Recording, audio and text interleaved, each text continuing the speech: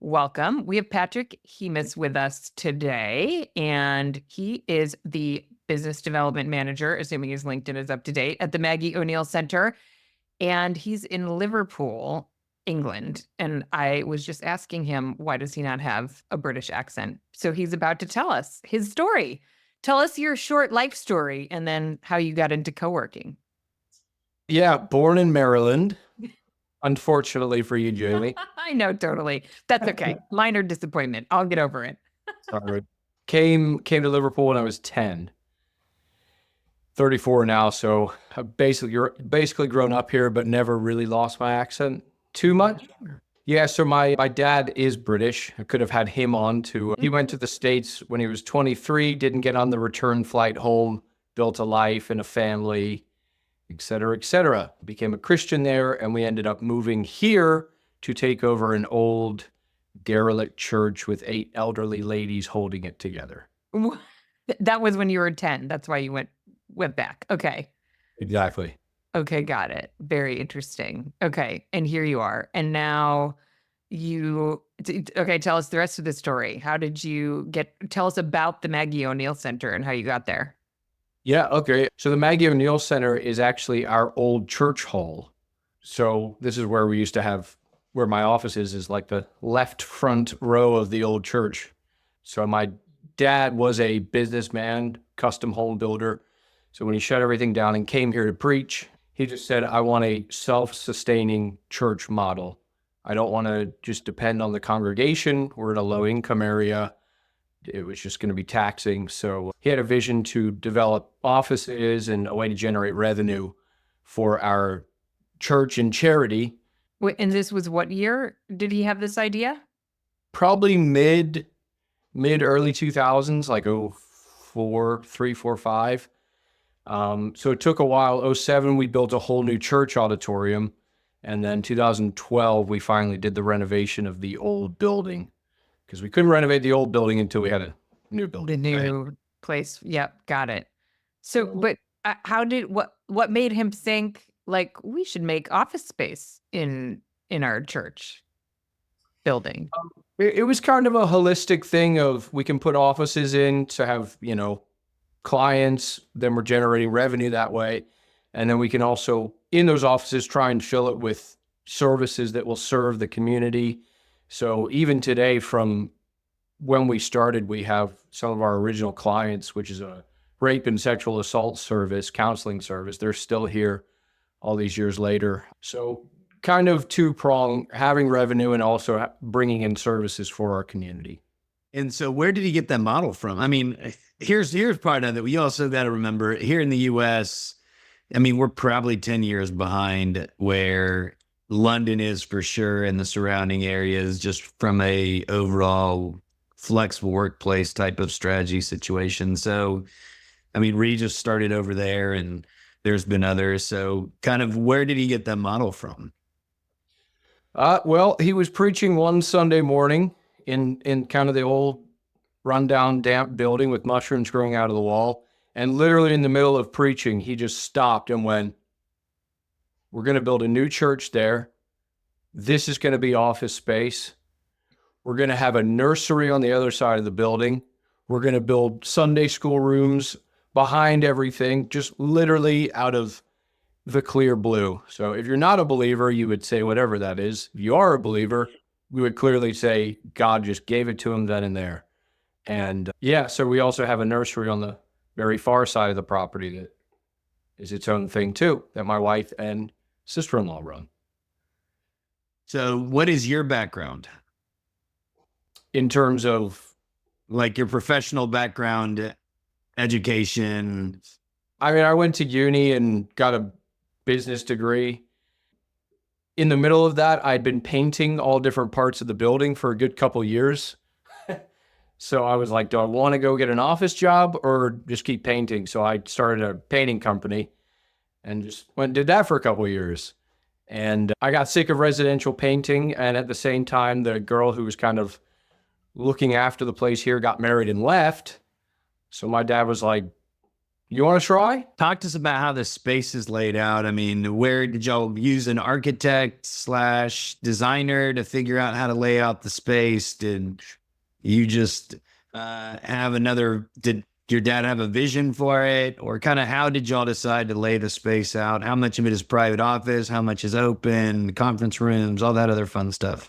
Yeah, I mean, my dad being a builder for 1,000 years, thankfully knew how to work with architects and stuff and do a lot of the work that they would have normally done to pay for it. So he was able to really just work through and figure out what he wanted with the space that we had. So our old church hall is now 12 private offices. So we put a second floor in, so there's 2 floors. We have a small co-working room. There's like 14 desks in there. But our main business is room hire, training room hire, meeting room hire. We're a lot more of a venue than we are an office space. So we have up to 8 rentable spaces here, and they do great. And that came from Sunday school rooms that we built. And then when I came here, I realized we got a lot of rooms that don't do anything for 6 days of the week. So everything is multi-use in the building. So the co-working room, they're handmade desks built onto the walls, and then they're on piano hinges that everything folds up, so it turns into an event space. So yeah, it's good fun. Yeah, a lot of rentable daily space. So, and what kind of events do you host there? So business-wise, we'll do anything from training sessions and workshops. So we just had 11 of our local doctors' offices who are all governed by one kind of limited company type thing. They brought all their admin staff into our auditorium for training. So stuff like that. We don't do anything social or party or that kind of function. We don't really want that. We don't want everyone trashing our church. So yeah, other than that, it's all care companies that do training for their staff, and then just business meetings. And so, but from a business meeting standpoint, is it like lawyers having litigation or mediation or things like that? Or is it just soccer moms having meetings about book clubs? Or, I mean, there's all kinds of stuff that we see. So kind of what does that look like? Yeah, so the rooms are used a lot for training for care staff, nursery. What do you guys call them? Nursing homes. We call them residential homes. Apparently the market in this area is lots of those staff that need constant upskilling and reskilling and for training. So a lot of that, and then just all kinds of local businesses, whoever is in the area, because we're such a bad area for nice places, we've kind of become a bit of a black hole of, well, you just come here because they're kind of the only place in the area that makes an effort. Unless you want just some rundown community center somewhere where you don't know if someone's going to be there to unlock, and you don't know if the heat will be on, and you don't know what you'll find once you get through the doors. So it's kind of a bad thing for me because it's a lot easier in general here to please the demographic. I didn't realize that just having a projector built in with So it's a huge win. they were like, "Oh my gosh, I can't believe you have this." I'm like, okay. For lawyers, we did just start having some law firms show up, and 2 of them are in the middle of a merger in our rooms. So yeah, it's cool. We're kind of hitting a good snowball. So let's back up. I mean, you keep talking about from a demographic standpoint, it's a blighted area or a difficult area. So what does that look like demographically? I mean, was that why your father decided to plant the church there or take over that church there? Or kind of what are the surroundings like as you look at that demographic? So this area, it's a borough or a county called Knowsley, Liverpool. It's in the top 10% worst boroughs in the country in the UK. And then the actual neighborhood inside the borough that we are in is in the top few percentile worst neighborhoods in the country. So gun violence in half a mile is not uncommon. Police raids, looking out some of our meeting room windows, you can just watch with your own eyes as you're sipping a nice cup of coffee. I had a guy renting a room one time, just came down wide-eyed and went, I just watched a bunch of police in balaclavas raid a house.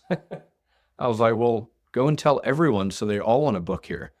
So it's that kind of area. We didn't choose to plant the church here. It was already here, just through connections. This was a church that had no pastor, and multiple pastors that tried to come here ended up leaving fairly shortly. So it took a guy like my dad, who's from a neighborhood like this area in Birmingham, to know the people, know how to handle them, know how to love them. And how big is the congregation? Last weekend or the weekend before, we were at about 170. Is that one service or multiple services, or? Just one. That was a Sunday attendance, yeah. So we went from eight to 170. It's good fun. And as far as the nursery goes, I mean, how is it? Younger families with a lot of kids? Is it, middle-aged? What is the demographic from that standpoint? Sorry, just making sure I'm not getting my terms mixed up. Our nursery is daycare. Yes, correct. Right, fine, yeah. So that's just, parents with kids from 0 to 5. And I guess I was asking, how many are young families that fall in that category? Like, how many kids would be in a daycare on a Sunday? Oh, sorry, the daycare is a separate private business that we run Monday to Friday. Okay, I was thinking like Sunday school daycare. Okay. So y'all have a whole nother separate business that actually does daycare. Yeah. Okay. Private business Monday to Friday. Yeah. That's interesting because Jamie and I had a lot of people that they're like, oh, we just want to do co-working with daycare. And we're like, either do one or the other, don't do them combined, which sounds like that's what y'all have done, is you've got two separate businesses in two separate buildings. Is that accurate? Yeah, they don't have anything to do with each other. And everything I've read from everything co-working Facebook and then some other places, I always just saw sounds like a horrible idea to try the whole thing. Yeah. And the UK, the government subsidizes a lot of kids. And they don't subsidize based on, your prices and your margins.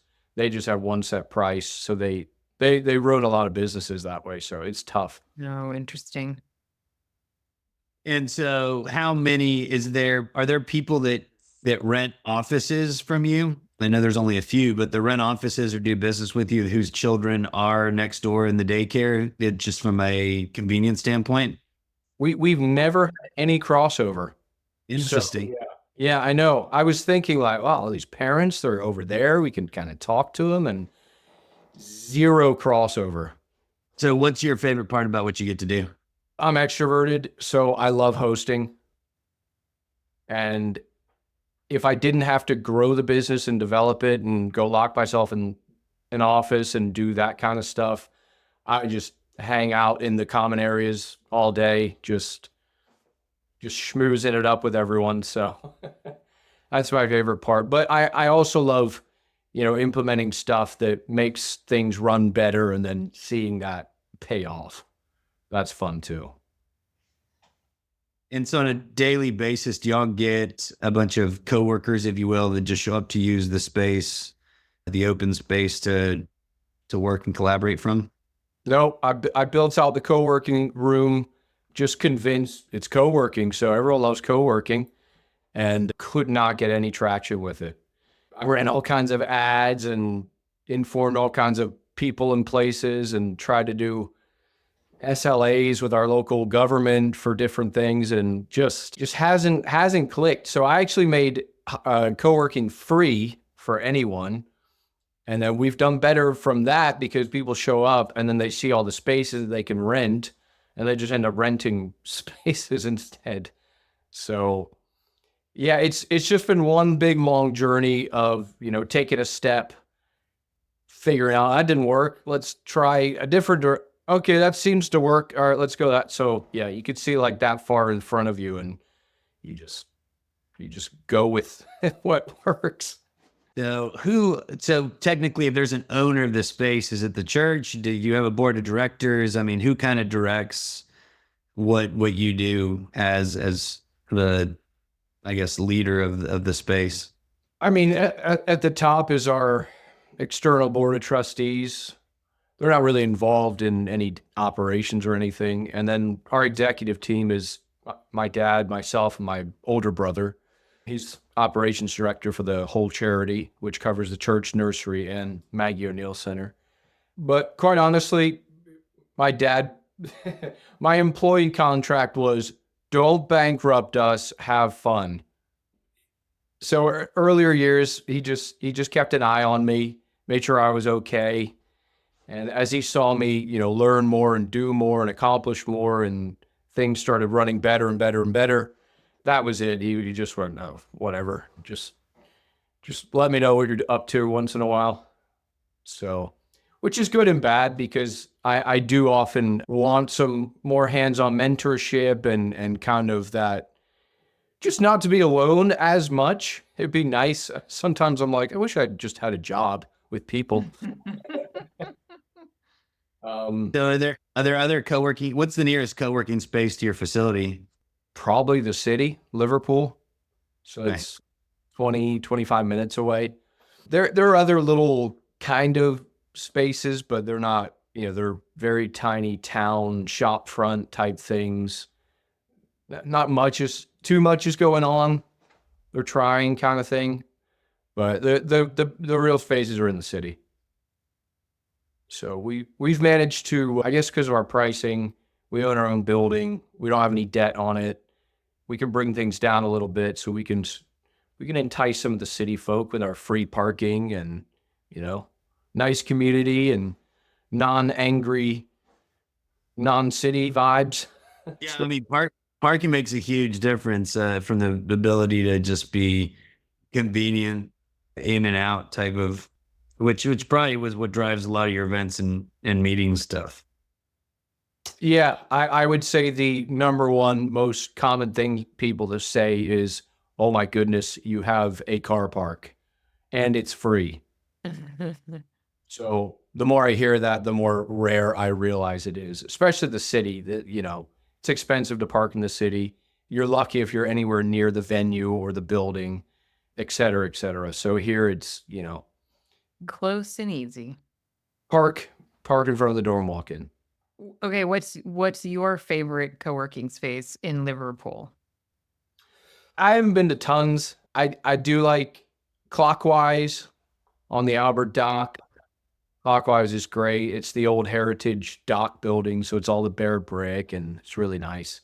And there's another space called Avenue HQ. That's great. Yeah, I enjoy that.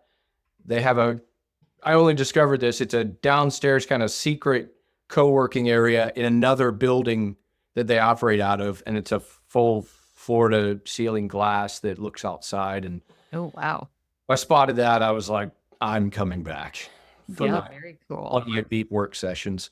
So those are nice spaces. But then you've got the Baltic Triangle on the other side of the city. That's an area of the city. That's kind of our tech and creative culture hub. And stuff's really starting to pop up there too. Like the really meat packing district type, random, thrown together, getting pulled together type area. Funnily enough, we were one day away from doing a build out in that area as location number 2. But because it's the Baltic Triangle, everything's up in the air and it fell apart right before our eyes. Did you do multiple locations? Are you still open to that? Yeah, 100%. But that experience really let us know it's just got to be right. So we'd really be looking for a way of doing what we're doing here, not just pure running a business, but we want to really embed ourselves in the area. So it kind of opened up a bit of a dream for me to have a workspace company that's a charity and find the right landlords in these kinds of areas, because we really know how to operate in these areas. and they don't put us off. They don't turn us off. We know the people. We know the industries that are looking for space and rooms. So it'd be awesome to have a charitable business where we can provide good space to areas that would usually be overlooked. Okay. All right, So, kiddos, go ahead. Go. yeah, I know you were going there. you mentioned a 1-year-old and a 4-year-old. Tell us about being a newish dad. Yeah. Well, again, with the accent, my 4-year-old boy has a full Scouse accent. And for anyone that doesn't know, Scouser is someone from Liverpool. So having a 4-year-old Scouser is something else. And his grandfather, being a person from Birmingham, which are Brummies, having a Scouse grandson, it's very interesting because the UK is extremely territorial. So we're very much about we are from our city, and we don't like anyone that's not from our city, and you're from 30 minutes away, so you're an outsider. It's really funny. So there's turf wars going on in our family now. Yeah, it must be interesting to have a kid that has an accent that's totally different from yours. Yeah, I was hoping I could kind of rub off on him as he's in my household, but no, he goes, Dad, I want to go outside. Yeah. He's like Does mom have an accent? Yeah. My wife's a Scouser as well. She's very placid and mild, but when she gets mad at me, she goes what we call full Scouse, which puts the fear of God in the burliest of men. You try to stay on the right side of her. 100%. That is hilarious. And so that's your oldest, and your youngest walking yet? Yeah, little Eliza is like 1.5. She's running. Okay. She's obsessed with spiders right now. Spiders, or as she calls them, baida, and just screams to watch spiders on phones. Loves seeing spiders in real life, waves at them. So that's horrifying. We went to one of those like indoor rainforest places, and she was obsessed with seeing those big hairy tarantulas, and me and her mother were just desperate to get out of there as quick as possible. But that's funny. Yeah, being a dad's the best thing I've ever experienced apart from marriage. It's molded me more than anything. It's softened my heart. It's reshaped my personality. It's the best thing in the world.